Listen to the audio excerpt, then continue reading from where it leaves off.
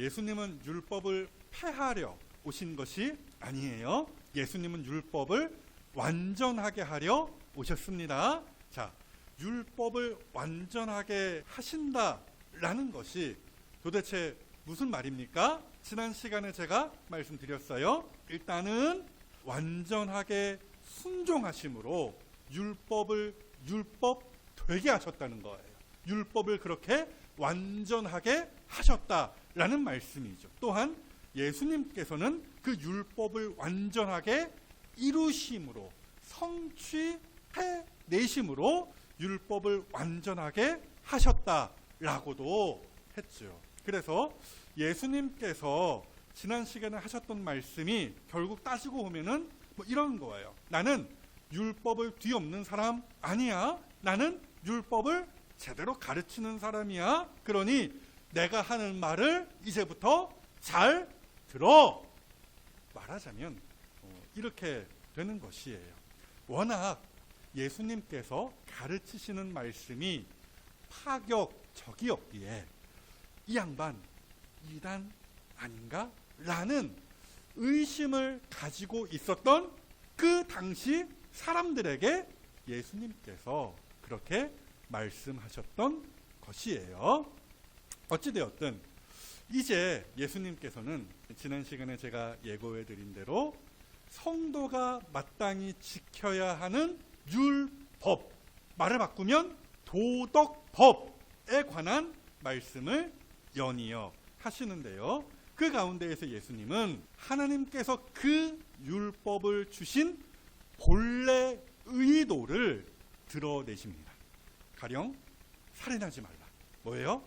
10계명 중 제 6계명이잖아요. 오늘 본문에 나와 있는 말씀이기도 한데요. 어찌되었든 하나님께서 그 계명, 살인하지 말라는 그 계명을 왜 못됨시 인간에게 주셨습니까? 단순하게 사람을 죽이지 않으면 된다라는 거예요? 아니라는 거예요. 하나님께서 주신 이 계명의 이면 속에 감추어진, 그 아래에, 그 속에 감추어진 진짜 의미는 서로 사랑하라, 이겁니다. 어려운가요? 잘 들으세요. 하나님께서 우리에게 주신 율법은 겉모양만 그럴싸한 것을 요구하지 않아요. 사람의 마음까지 정결할 것을 요구한다는 것이지요. 말인즉 예수님께서 우리에게 요구하시는 것은 서기관과 율법 교사들이 가르치고 행하는 것보다 더 높은 수준이라는 것입니다. 지난주일 본문 마태복음 5장 20절이었죠. 내가 너희에게 이르노니 너희 의가, 너희 행위가 서기관과 바리새인보다 더 낫지 못하면 결코 천국에 들어가지 못하리라. 그러니까 당시 서기관과 바리새인들, 즉 유대인 율법 교사들은요, 겉으로 드러나는 것만 그럴싸하게 꾸미면 오케이, 합격입니다, 이랬다라는 거예요. 하지만 예수님께서 성도에게 요구하시는 것은 그보다 더 수준이 높았다라는 거예요. 그러니까 겉모양만이 아니라 속 마음까지 하나님 앞에서 소금과 빛이어야 한다라는 이야기입니다. 자, 그래서요, 예수님께서 이제 보다 수준 높은 그리스도인의 거룩한 삶에 대하여 보다 구체적으로 논하시는 것인데요, 역시나 그 말씀이 파격적이에요. 그래서 첫째, 한번 따라해 보십시오. 분노와 막말이 살인이다. 자, 오늘 본문의 말씀이 이렇게 시작이 됩니다. 옛 사람에게 말한 바 살인하지 말라, 누구든지 살인하면 심판을 받게 되리라 하였다는 것을 너희가 들었으나, 뭐 이런 식으로 시작을 해요. 자, 옛 사람에게 말한 바라고 되어 있잖아요. 무슨 얘기입니까? 그냥 쉽게 번역을 해서 말씀드리면 하나님께서 모세를 통하여 뭐라고 말씀하셨지? 뭐 이런 거예요. 어찌되었든 살인하지 말라. 뭐예요? 10계명 중 제 6계명이잖아요. 찾아보실까요? 출애굽기 20장 말씀이죠. 살인하지 말라. 하나님께서 모세를 통하여서 이스라엘 백성들에게 주신 계명이에요. 자, 저기에서 이야기하는 살인 뭡니까? 어쩌다가 실수로 사람을 죽이는 경우 아니에요. 그럼 뭐냐? 고의성을 가지고, 의도성을 가지고 불법적인 방법을 동원하여서 사람을 죽이는 행위가 바로 저 살인에 속하는 일입니다. 그러니까 그런 식으로 끔찍한 방법으로 사람을 해치지 말라, 이 말씀이에요. 왜요? 왜 살인을 하면 안 됩니까? 심판을 받으니까. 다시 21절로 가보실까요? 옛사람에게 말한 바 살인하지 말라. 왜? 누구든지 살인하면 심판을 받게 되리라. 심판을 받기에 살인하지 말라. 이런 식으로 하느님께서 계명을 주셨다라는 것이죠. 자, 저기 있는 심판 뭡니까? 어렵지 않아요. 법이 정한 절차에 따라 주어지는 형벌입니다. 가령 레위기서 24장 말씀 보시죠. 사람을 쳐 죽인 자는, 살인한 자는 어떻게 돼요? 그에 대한 형벌을 받죠. 반드시 죽일 것이요. 어찌되었든 옛날 모세 시대 때는 이스라엘의 재판관들과 장로들이 저렇게 심판을 했던 것이고, 여기 예수님의 시대 때 와서는 산헤드린 공회가 있었어요. 입법과 사법을 이제 관장하는 그 당시 유대인들의 어떤 통치 기관이었거든요. 어찌되었든 그 공회가 재판하는 일을 맡았습니다.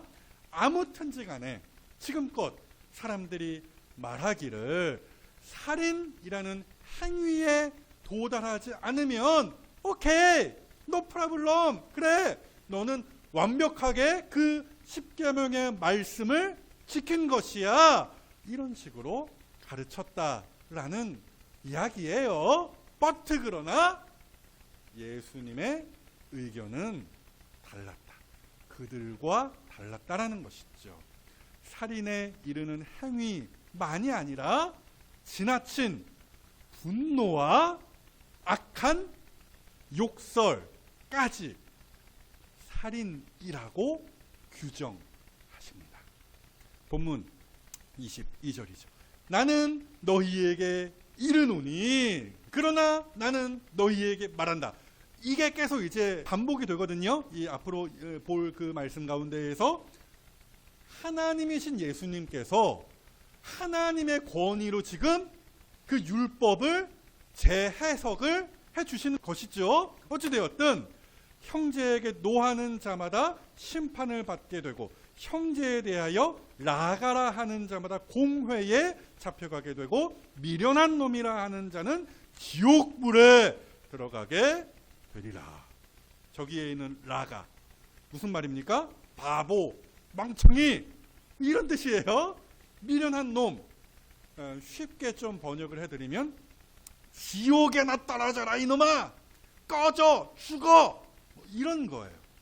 그러니까 보세요, 나와 가까운 사람이겠죠. 형제라고 번역이 되어 있는데 가족, 또 여기에 있는 교인들, 그렇죠? 가까운 이웃, 친척 다 포함이 되는 거예요. 어찌되었건 형제에게 지나치게 분노하는 것, 함부로 그에 대하여 욕하는 것, 예수님께서는 이걸 다 살인과 동급으로 취급하시는 거예요. 그래서 보세요, 살인한 자가 재판을 받고 그에 따른 형벌을 받는 것과 같이, 똑같이요, 필요 이상으로 분노하고 막말하는 자, 어떤 심판을 받습니까? 진짜 심판을 받게 되고 재판정 공회에 끌려가게 될 것이고, 또 지옥불에 떨어진다라는 거죠. 사랑하는 여러분, 그렇다고 해서 분노가 모든 분노가 악한 것은 아니에요. 거룩하고 순수한 분노도 있다 없다? 있다. 구약 성경을 보세요. 하나님께서 맹렬히 진노하신다 라는 말씀 있잖아요. 말인즉 우리도 똑같이 어떤 죄와 불의에 대하여서 그렇게 불같이 분노할 수 있다라는 거예요. 이런 걸 어려운 말로 바꾸면 의분이라고 해요. 의로운 분노다라는 것이죠. 다만 이건 우리에게 해당되는 이야기예요. 의분이라고 해서 무조건 옳다라고도 말할 수 없어요. 왜요? 우리 인간은 그 마음과 생각이 오염되어 있기 때문입니다. 그래서 보세요. 100번 양보해서 시작은 말하자면 착한 분노였어도 우리는 종종 필요 이상으로 분을 내곤 하잖아요. 죄를 짓는 데까지 그 분노가 이어지곤 하잖아요. 추중에 우리가 그 모습을 확인해 보았죠. 디나, 야곱의 딸 디나로 인한 그 일로 말미암아 야곱의 아들들이 분노했어요. 분명 그 디나의 오빠들은 마땅히 분노할 만 했습니다. 자기 동생이, 여동생이 강간을 당한 거잖아요. 웬 남자에게 끌려가서 그 일로 말미암아 분노했어요. 의분이에요. 그런데 그 다음이 문제였다라는 것이죠. 필요 이상으로 분을 낸 것이고 그 분노가 죄악으로 이어진 거잖아요. 그래서 은혜의 표시인 할례를 복수의 수단으로 사용했고 그 디나의 오빠들이요 또 많은 사람들을 살인한 일, 그 일들은 비난받아 마땅하다라는 것이죠. 그러므로 일단은 자기의 무분별한 분노를 정당화시키진 마세요. 네가 잘못했잖아. 네가 잘못했으니까 나는 이렇게 화내는 게 당연한 거지. 무조건 이런 식으로 자기의 분노를 합리화시키지 마시라는 거예요. 또 급하게 일어나는 분노 있잖아요. 또 생각보다 오래 가는 분노도 있어요. 그렇죠? 그냥 하룻밤 자고 일어나면은 그 분노 없어지는 게 사실은 정상인데 말하자면, 그런데 그 분노라는 것이 몇 달을 가고 심지어 몇 년을 가기도 해요. 이러한 기형적인 분노에 여러분 주의하셔야 하는 거예요. 왜요? 그 분노의 결과가 하나님을 슬프게 하고 자기 인생과 내세에서의 행복을 망칠 수 있기 때문이에요. 여러분, 막말도 같은 경우예요. 아까 말씀드렸죠. 가까운 사람에 대하여 미련한 놈이라 하는 것, 곧 지옥에나 떨어져라 라고 하는 그 막말이요. 말하자면 내가 그 사람에 대하여 심판자가 되는 것이거든요. 하나님의 자리에 앉아서 형제와 자매를 심판할 기세로 그 막말을 쏟아낸다라는 것이거든요. 그런데 예수님께서 말씀하시기를 그렇게 막말하는 사람 어떻게 된다? 지옥불에 들어가게 되리라. 무슨 말이에요? 네가 한 말을 그대로 네가 되돌려받게 될 것이라는 말씀이죠. 자, 어찌되었든 이런 막말이 실제 살인이라는 행위로 이어지진 않겠죠. 그럼에도 하나님이 보시기에는 살인과 다를 바가 없다는 거예요. 요한일서 3장 15절 보시죠. 우리 다 같이 한번 읽어볼까요? 시작. 그 형제를 미워하는 자마다 살인하는 자니. 아멘. 그러하기에 필요 이상으로 분노하고 무분별한 막말을 내뱉는 사람은 그 10계명 중에 6계명, 즉 살인하지 말라는 율법을 어긴 것과 같습니다. 혹 인간의 법정에서는 살인죄에 해당하는 형벌을 받지 않을 수도 있겠지만 장차 하나님의 심판대 앞에서는 그에 마땅한 형벌을 받습니다. 이것이 오늘 예수님께서 하신 첫 번째 말씀이에요. 자, 그렇다면 이 말씀 앞에서 우리는 어떻게 살아야 할까요? 참 친절하시게도 예수님께서 답을 정확하게 주십니다. 한 번만 더 따라해 보실까요? 빠르게 조치하라. 네, 보세요. 갓난 아이가 아장아장 놀고 있다고 쳐봐요. 그런데 그 근처에 아주 위험하고 날카로운 물건이 있다라고 한다면 부모가 어떻게 조치합니까? 재빨리 그 위험한 물건을 그 아이 주변에서 치우죠. 또 이제는 코로나 시국이 다 지났지만 코로나가 막 그 창궐하던 그 시절 막 줄 서서 막 그 뭐예요? 테스트 받고 그 시절 떠올려 보세요. 조금이라도 증상이 있으면 뭐 합니까?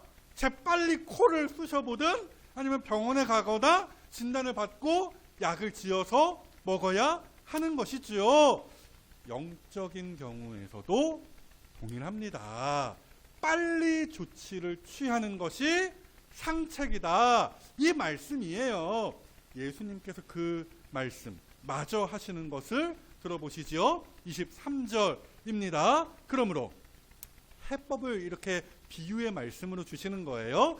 예물을 제단에 드리려다가 거기서 내 형제에게 원망 들을 만한 일이 있는 것이 뿅 하고 생각이 나거든.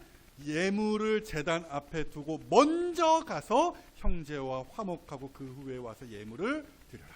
이걸 우리식으로 조금 더 편하게 바꾸면은 주일 아침 11시 예배에 참석하기 위하여 말끔히 차려입고 교회에 와서 앉아 있는데 퍼뜩 생각이 난 거죠. 형제와 자매, 가까운 사람에게 잘못한 일이 있다는 것이 퍼뜩 생각이 난 거예요. 그러면 그 즉시로 교회 문을 열고 나가서 그 문제부터 해결하라. 말인즉 찾아가서 빨리 용서를 구하고 화해하라. 예배는 주일 오후에도 있으니까.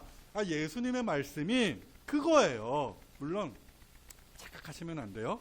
예배보다 사람 관계가 우선이라는 것은 아니에요. 더 중요하다라는 것은 아니에요.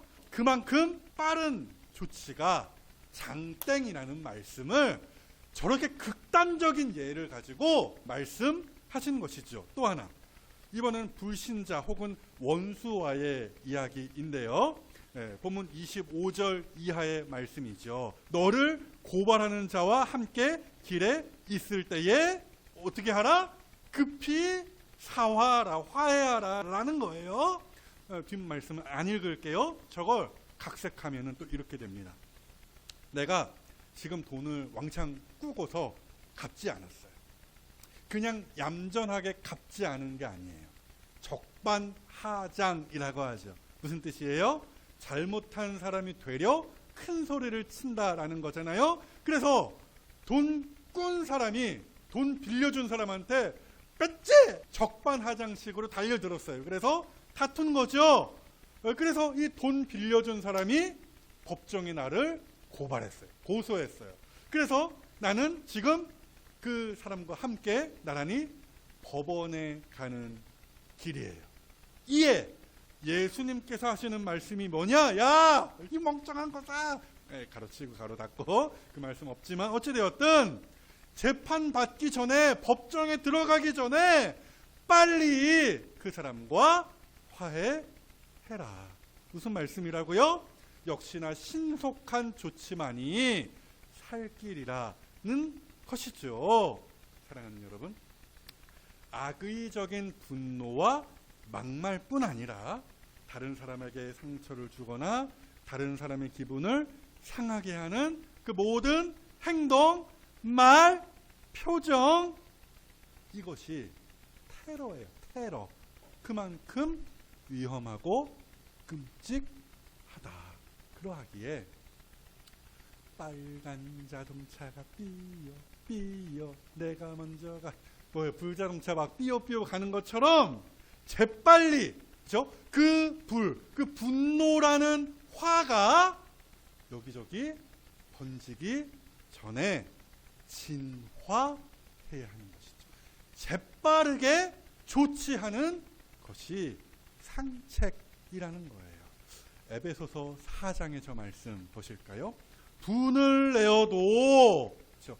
아무리 그 분노가 정당한 것이어도 죄를 짓지 말며 해가 지도록 분을 품지 말고 마귀에게 틈을 주지 말라. 아멘이세요? 그래서 바라기로는 쉬이 화를 내는 자신의 연약함을 하느님 앞에서 인정하시고 화가 그 분노가 그 불길같이 올라올 때마다 어떻게든 수단과 방법을 동원해서 재빨리 처리하시고 진화하시고 버리시면 가족과 성도와 이웃과 늘 화평하실 수 있는 이 자리의 성도들이 다 되어주시기를 우리의 화평이 되시는 주님의 이름으로 축복합니다. 여기에서 한 걸음 더 나아가서 오늘 예수님께서 우리에게 주시는 그 파격적인 가르침 둘째 한 번만 더 따라해 보세요. 탐욕이 간음이다. 한 번 더요. 탐욕이 간음이다. 앞서 예수님께서는 겉으로 드러나지 않는 마음의 문제를 다루신 거예요. 이번에도 그러합니다. 마음의 분노를 살인으로 간주하신 것과 같이 보이지 않는 그 사람 마음 속에 있는 탐욕을 간음이라고 말씀하십니다. 본문 27절 보시죠. 또 간음하지 말라 하였다는 것을 너희가 들었으나 무슨 말씀이에요? 10계명 중에 제 7번째 계명입니다. 간음하지 말라. 자, 간음 뭐예요? 부부 관계가 아닌 남녀가 성적 관계를 맺는 것. 이것이 간음입니다. 어찌되었든 마찬가지로 당시 유대인들은 간음이라는 행위 자체에 이르지 않았으면 오케이 괜찮아 율법 다 지켰어 문제없어 라고 가르치고 말했다라는 것인데 예수님은 달랐다라는 것이죠. 예수님의 의견은 그들과 달랐다라는 거예요. 그래서 이어지는 28절 보시니까 나는 너희에게 이르노니 계속 반복된다고 했죠. 권위 있는 예수님의 말씀이에요. 음욕을 품고 여자를 보는 자마다 마음에 이미 간음하였느니라. 보세요. 이번에도 예수님께서는 저 계명을 단순하게 겉으로 지킨다고 해서 되는 일이 아님을 말씀하시는 거죠. 말인즉 도를 넘은 분노와 모욕하는 말을 살인으로 보시는 것과 같이 탐욕을 품고 이성을 보는 것 자체를 간음으로 규정하셨다라는 말씀이에요. 물론 저기에 보다라는 말은 어쩌다가 우연치 않게 지나치다가 슉 하고 보게 되었다라는 말 아니에요. 저기 보다라는 말 자체가 어떤 뜻이냐면 바라다, 열망하다, 사모하다 뭐 이런 뜻이거든요. 그러니까 말 자체로는 부정적인 의미는 아니에요. 그러나 저기에서는 한껏 부정적인 의미로 사용이 된 것이죠. 그래서 저기 본다라는 말은 한 여자를 나랑 상관없는 한 여자를 한 남자를 소유하고 지배하기 위하여 내 의지를 발동하여 쳐다보고 응시하고 훑어보는 것입니다. 그 케이스를 우리가 주중에 또 보았어요. 하몰의 아들 세겜. 그렇죠? 그가 그 세겜이라는 작자가 야곱의 딸 디나를 뭐 했어요? 보고 같은 얘기예요. 보고 어쩌다가 예쁘네. 이게 아니에요. 응시했다라는 거예요. 뚫어져라 바라봤다라는 거예요. 음욕을 가지고 그 결과가 어땠어요? 납치했죠. 그리고 강간했습니다. 하여튼 문제는 어디예요? 보는 것. 탐욕을 가지고 음욕을 가지고 보는 것에서부터 문제가 생긴다라는 것이죠. 자, 그렇다면 이 문제를 어떻게 또 해결할 수 있을까요? 역시나 우리 주님께서 본문 가운데에서 해결책을 주시는데요. 한 번만 더 따라해 보실까요? 단호하게 끊어라. 한 번 더요. 단호하게 끊어라. 본문 29절 이하를 보시죠. 굉장히 길죠. 만일 너의 오른쪽 눈이 너로 실명하게 하거든 빼어버리라. 또 넘어가서 또한 너의 오른손이 너로 실족하게 하거든 찍어버리라. 잘라내버리라. 깜짝 놀랄 만한 명령이죠. 눈을 뽑아버리고 손을 찍어 잘라버려라.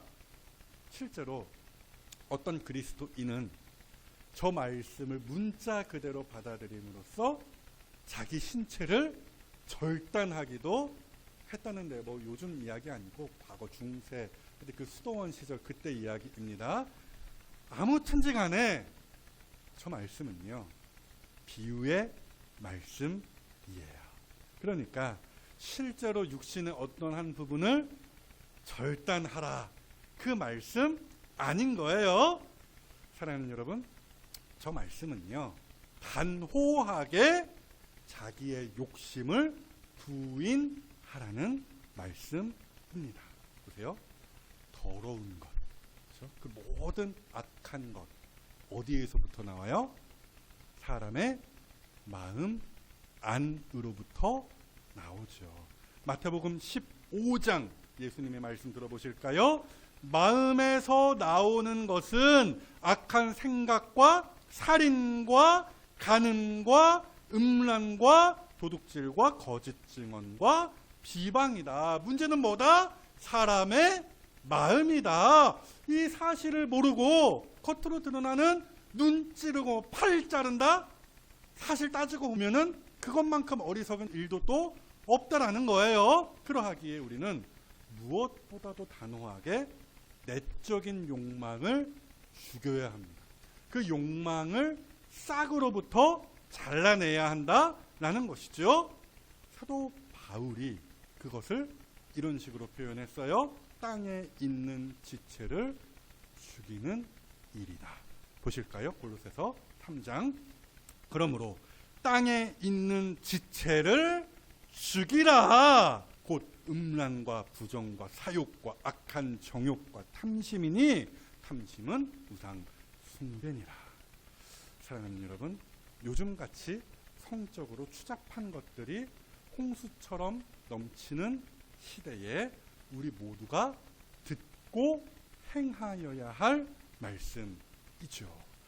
유혹이 우리의 눈을 통하여 온다면 그 보지 말라라는 거예요. 탐욕을 불러 일으키게 하는 것들을 볼 수 없게 된 사람처럼 살라라는 것이고요. 또 유혹이 손이나 발, 손 뭐예요? 내가 하는 일, 발, 내가 가는 그 모든 곳, 그런 것들을 통하여 온다면 그 일을 접어버려, 하지 말아버리고 단호하게 또 그곳에서 발길을 끊어버리라는 것이죠. 적당히 얼버무릴 일이 아니다. 단호하게 물리쳐야 한다라는 것입니다. 잠언 4장 말씀 우리 다 같이 한번 읽어보실까요? 시작. 모든 지킬 만한 것 중에 더욱 너의 마음을 지키라. 생명의 근원이 이에서 남이라. 여러분, 저는요 밤마다 자기 직전에 문단속을 한 번씩 더 합니다. 왜요? 예전에 말씀드린 적이 한 번 있었는데요. 한밤중에 누가 술 먹고서 저희 집이 1층이어서 어찌되었건 술 먹고서 저희 집 현관문을 열려고 번호키를 띡띡띡 누른 적이 있거든요. 그렇죠? 또 저희 집 거실 창문 너머에 있는 그 방충망 이렇게 얇게 하나씩 있잖아요. 그게 반쯤 열려 있었던 적도 있었어요. 그러니까 뭐예요? 저희 집이 1층이라고 했잖아요. 한밤중에 아마도 도둑이겠죠. 도둑이 창문이 잘 닫혀있나, 확실하게 닫혀있나 그거 확인해 보려고 방충망 열고 창문 열어봤다 라고 우리가 생각을 할 수밖에 없는 일인데요.